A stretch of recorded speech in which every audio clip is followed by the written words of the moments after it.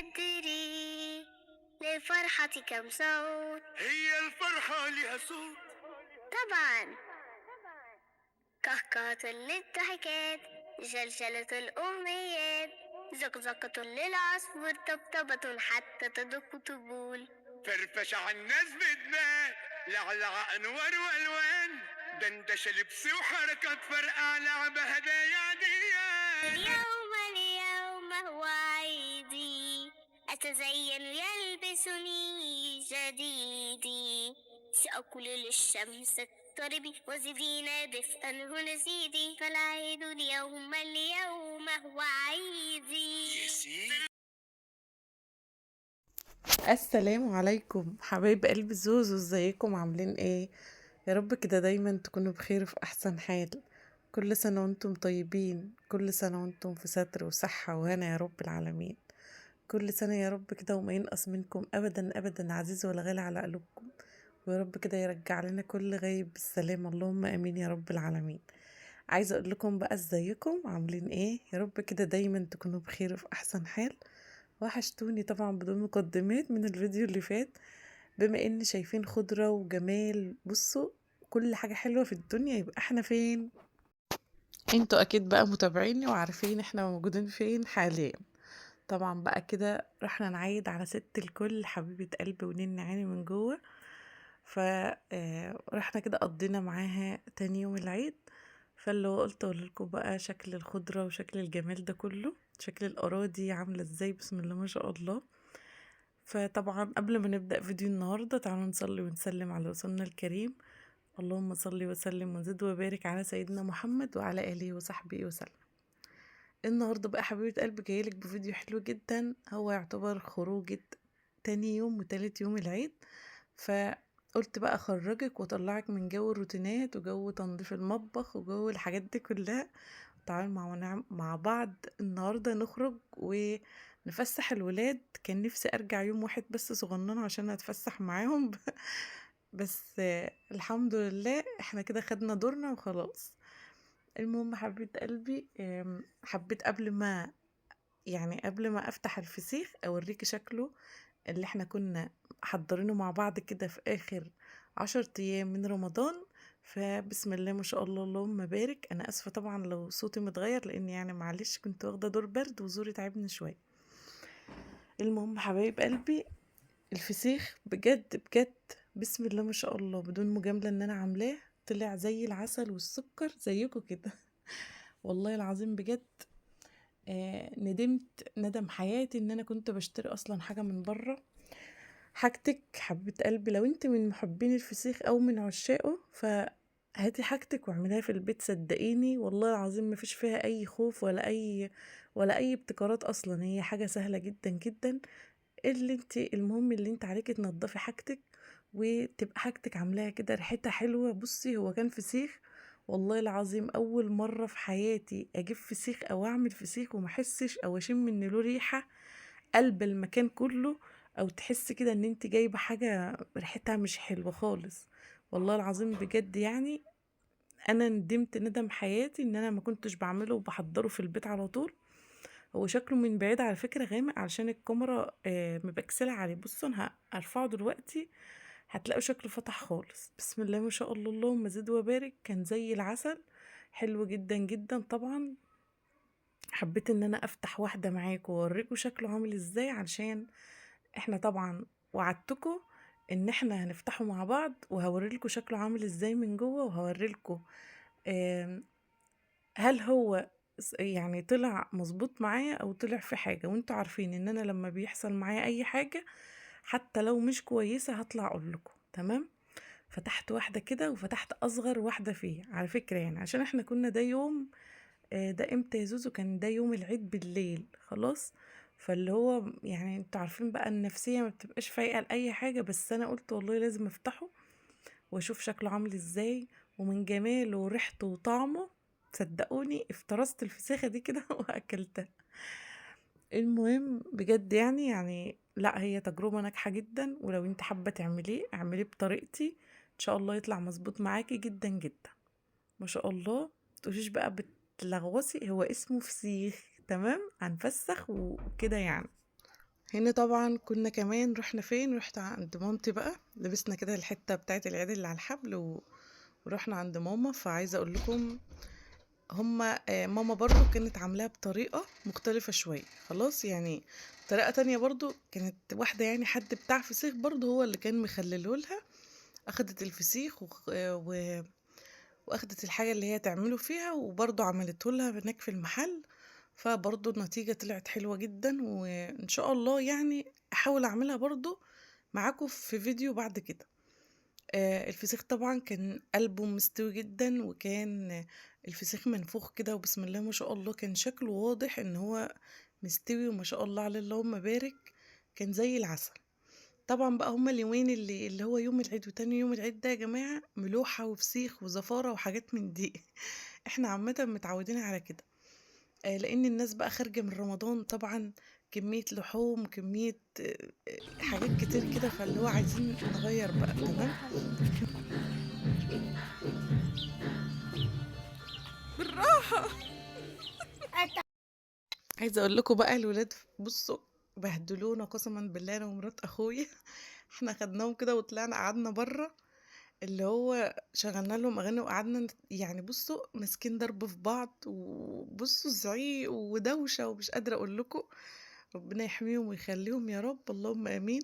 وندوية بقى حبيبة قلب عمته وقعت مني، وبصوا كل شوية بقى عمالة تقوم وتقع، والنمل جه علينا. بصوا كانت ليلة قسما بالله. المهم آه طلعنا بقى كده، كان ده دلوقتي حوالي بعد العصر كده. بصوا نضفنا الفسيخ عشان طبعا الولاد الصغير هم صغيرين، يعني مش هيعرفوا يفسخوا لنفسهم او ينضفوا الحاجة لنفسهم. فقعدت كده انا ومرات اخويا ام محمد حبيبة قلبي، مسكناه كده نضفناه حلو جدا، وحطيناه في اطباق، وعصرنا عليه زيت بليمون، و حطينا لهم شوك بقى، اللي هو الاكل يبقى ايه، يعني اكل نضيف اتيكيت كده يعني. تمام، مفيش لغوصه بقى ولا الكلام ده كله. وقطعنا بقى طماطم وخيار وبصل. خلاص يعني احنا بصوا كانت القعده ارداحي كده. تمام يعني ما ظبطناش حاجه بقى عشان تصوير ولا الكلام ده، محدش يقول حاجه خلاص. المهم بقى بعد كده خرجنا. كانت اخت مامتي، انا بقول لها يا ماما برضو، كانت حبيبتي في عمر، عقبالكم كلكم يا رب اللهم امين. حبيت اروح ابارك لها يعني، فاخدت الولاد واخدت مرات اخويا واخويا الصغير، جت الرقنا كده ورحنا ايه شفناها، وطبعا سلمنا عليها وباركنا لها، وبالمرة عيدنا عليها. كمان كانت بنت خالتي يعني نازلة اجازة من القاهرة كده، فقلت اروح برضه اسلم عليها واعيد عليها. المهم خرجنا بقى كده وقلنا نمشي الولاد شوية، جبنا لهم يعني عصير وحاجة ساقعة ومش عارفة ايه. فاللي هو يعني حاولنا نخرج من المود شوية. عايزة اقول لكم اكتر حد فاز في الحكاية دي او في العيد او هم الولاد يعني. بالنسبة لي حسام هو اللي فاز في الحكاية دي كلها. خروجات وعيدية ومصاريف وكل حاجة حلوة، ربنا يبارك فيهم يا رب اللهم امين، ويا رب يرزق كل مشتاق بالذرية الصالحة. طبعا بقى عيد يعني كل ما يطلب حاجة ما انتش مش عايزة تزعليه، او مش عايزة تقول لهم لأ، احنا عايزين نخرج ماشي، احنا عايزين نتفسح ماشي، احنا كل حاجة ماشي. طبعا بقى اخويا اخدنا كده يعني المكان اللي احنا رايحينه فيه بحر، يعني البلد فيها بحر كده. فرحنا في مكان كده مكانش فيه موجود حد، واخدنا كذا صورة وكده يعني، وصورت لكم شكل البحر عامل ازاي. اللهم بارك. كانت معايا بقى كمان مامة مرات اخويا ام آية، ربنا يحميها ويحفظها يا رب ويشفيها، ادعوا لها بالشفاء كده اللهم امين، ربنا يشفيها ويعفو عنها. جت معانا يعني، كانت هي قابلتنا في الطريق. وهنا الاستاذ ميدو بقى بوظ هدومه والدنيا باظت خالص، بس مش مشكله ما علينا. المهم ان هم خرجوا واتفسحوا وعملوا كل اللي نفسهم فيه. جبت لهم بقى عصير قصب وظبطتهم يعني، واخدت لهم كام صوره حلوين كده. ف كل سنه وانتم طيبين. وده يعتبر هيبقى اخر روتين او اخر فيديو بالنسبه لفيديوهات العيد. تعالوا نرجع بقى لوجع القلب والطبيخ والكنيس والمسيح والحاجات دي كلها. فطبعا يا رب يعيد علينا الايام بخير ان شاء الله اللهم امين يا رب. وما ينقص مننا ابدا ابدا عزيز ولا غالي. وتعالوا ندعوا لاخواتنا كده المستضعفين، ربنا ينصرهم ويبعد عنهم كل حاجة وحشة، اللهم امين يا رب. ويرزق كل مشتاق بما يشتاق، اللهم ارزق كل مشتاق بالذرية الصالحة يا رب. المهم بقى شكل البحر على فكرة كان في الوقت ده كان وقت الشروق، شروق ولا غروب، لا وقت الغروب، كانت الشمس خلاص راحت يعني. انا كنت عمالة اسأل ام محمد اقول لها هي فين الشمس، قالت لي خلاص يا حبيبتي الشمس روحت. تمام. ده تاني يوم بقى، تاني يوم من ما كنا عند ماما، يعني ده بالنسبة لك بالنسبة لترتيبات العيد ده تالت يوم العيد خلاص. تالت يوم العيد بقى الأستاذ حسام والأنسة زوزة قعدوا بقى يزنوا علينا أنا وعمتي، فاللي هو تعالي عاوزين نتفسح، عاوزين نتمرجح، عاوزين نخرج. أخدناهم. وكمان حسام شايف أخوه إن هو بيخرج وكده وعمال يخرج مع أصحابه ويتفسح ومش عارفة ايه، فكل شوية يقول لنا أنا عايز أخرج، أنا مش معنى كذا مش معنى كذا. فقلنا مش مشكلة، خدناهم كده جبنا لهم حاجة حلوة وكنز وشيبسي واخدناهم، عشان المكان ده فيه كل حاجة غالية على فكرة. انا اشتريت لهم من هناك من جنب البيت عندنا، وخدناهم وقلنا بقى ايه نفسحهم. على فكرة كل مكان هو كله ستات زي حالاتنا كده، جايبة ولادها اللي تمرجحهم واللي تفسحهم، واللي هو يعني هتيجوا تبصوا لو اخدتوا بالكم هتلاقوا كلها يعني ستات كده متجوزة جايبة ولادها وجاية تخرجها وتصورها وتفسحها. فربنا يرزق كل مشتاق يا رب بالذرية الصالحة. عايزة اقول لكم بقى الأستاذ حسام ما عداش الخروجة ده على خير، كل شوية يتخانق معانا، عاوز يركب مرجحة كده معينة أو لعبة معينة بس هي صعبة يعني. عمالين يتخانقوا معانا، لا أنا عايزة أركب دي، لا أنا عايزة أركب دي، والحاجات السهلة مش راضي يركبها خالص يعني، فاهمين؟ اللي هي في لعبة كده بتلف بس بطريقة سريعة اللي اسمها السلسلة، تمام. فهو عمال بقى يقول عليها فاحنا مش راضيين.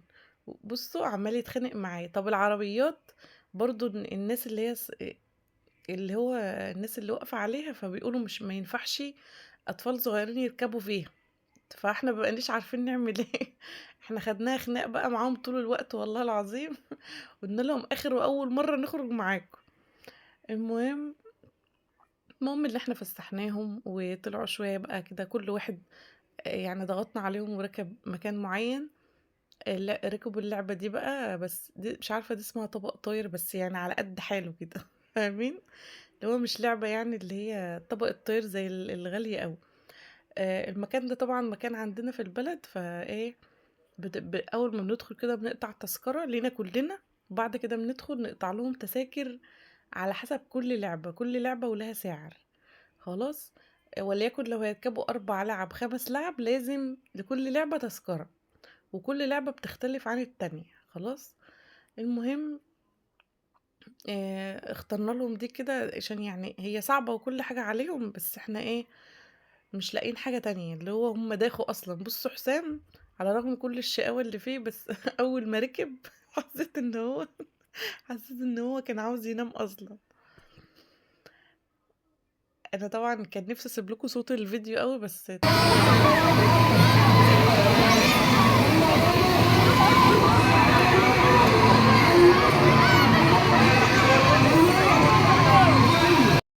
انا لو سبت لكم الصوت اصلا كنت صدعت. احنا خرجنا من هناك وبصوا احنا ما كناش اصلا قادرين، اللي هو صوت مشغلين صب عالي قوي، وكمان صوت الدوشة بقى والولاد الصغيرين واللي عمالين يصوتوا ويصرخوا، ودوشة ورعة كده على الفاضي.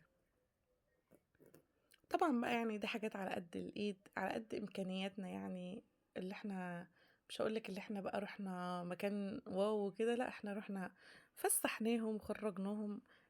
خروجة العيد دي بالنسبة لنا يعني ما مسافرناش وما رحناش اي مكان. طبعا بقى ربنا موسع عليكي ومديكي فسحي ولادك وخرجيهم. الولاد على فكرة بتفرح بأقل حاجة وأقل الإمكانيات بتقدري تفرحي ولادك. والله العظيم صدقوني بتحسوا ان الواحد بيبقى عنده كبت كده، ولما بتخرجي وتروحي في مكان بتحس نفسك كده عندك طاقة إيجابية كده والدنيا تمام. اللعبة دي بقى بصوا يعني هي عجباني، بس صراحة كان نفسي اصغر يوم واحد واركبها او اجربها يعني، وبعد كده ارجع تاني ارجع تاني كبير. والله بجد تحس ان انت هتطير في الهوا كده ومع نفسك بقى تفتكر ايام حلوة وذكريات وانت صغيرة بقى كده. بصوا والله العظيم ايام يا ريتها ترجع تاني.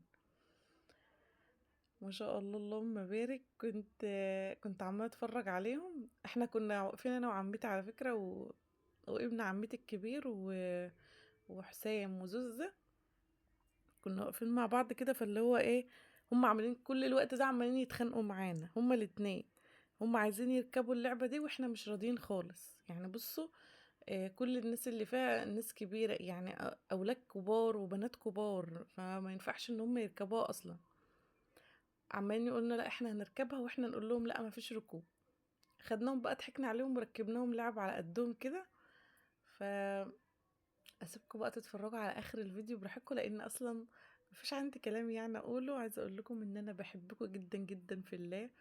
ورب يكون فيديو النهارده عجبكم. كل سنه وانتم طيبين، كل سنه وانتم في خير وفي صحه وستر من ربنا. تطلبيش مال، ما تطلبيش يعني اطلبي الستر، اطلبي الستر والصحه من عند ربنا. دوم بالدنيا وما فيها. والله العظيم في ناس كتير قوي قوي معاها فلوس ومعاها حاجات كتير قوي، بس مش مبسوطة بيها ومش مستمتعة بيها، لاني ما عندهمش رضا. فدايما ارضي صدقيني باللي ربنا اداهولك، هتحسي نفسك مبسوطة وسعيدة. آم، كلمتين يعني حبيت اوجههم في اخر الفيديو لناس معينة. ربنا ما بيديش كل حاجة، ربنا بيديكي كده على قد نيتك. وكل ما انت صابرة ربنا بيعوض صبرك خير ان شاء الله. اتمنى من ربنا يعوض صبر خير انا وانتم وكل السامعين، اللهم امين يا رب العالمين. وقلت استاذ حسام تعالى بقى ناخد صورة كده. وعلى فكرة كان في خيل بره، فكمان بعد ما خرجوا كده لقينا في خيل بره يعني الولاد بيتصوروا عليه برضو، ركبناهم وصورناهم. عايزه اقول لكم دلعناهم على الاخر والله العظيم. وبصوا كنا كل شويه عمالين يتخانقوا معانا، طب احنا عاوزين نركب السلسله والشلال. الشلال دي دي ودي، بس الشلال دي اللي هي اللعبه دي صعبه قوي قوي. وبرضه هو نفذ اللي في دماغه وطلع ركبها برضو يعني. بصوا سبته، بس طبعا البنوتة ما ركبناهاش. احنا خوفنا عليها كده عشان ايه. شوفوا الصغنن اللي قاعد ده يعني، بصوا كان صعبان عليا قوي وقعد يعيط عشان ايده كده انتنت تحته. وفي الاخر والله العظيم في الاخر قلت له تعالى هنا اطلع، مرضاش. قعد ريح شوية كده وقام تاني وطلع ولعب مع الولاد تاني. يلا ربنا يجازيكم كل خير يا رب، ويعوض صبركم خير، ويحقق لكم كل ما تتمنوا، اللهم امين. وكل سنة وانتم طيبين. استودعكم الله واسيبكم في رعاية الله وحفظه. استنوا بقى فيديوهات الروتينات والتنظيفات بتاعتنا اللي ما بتخلص. قال ايه بيقولك عيد عيد ايه يا ست الحبايب، احنا مبطلناش غسيل وتنظيف وترويق من ساعة ما العيد بدأ اصلا. استنوني في فيديوهات تانية كتير. استودعكم الله، مع السلامة.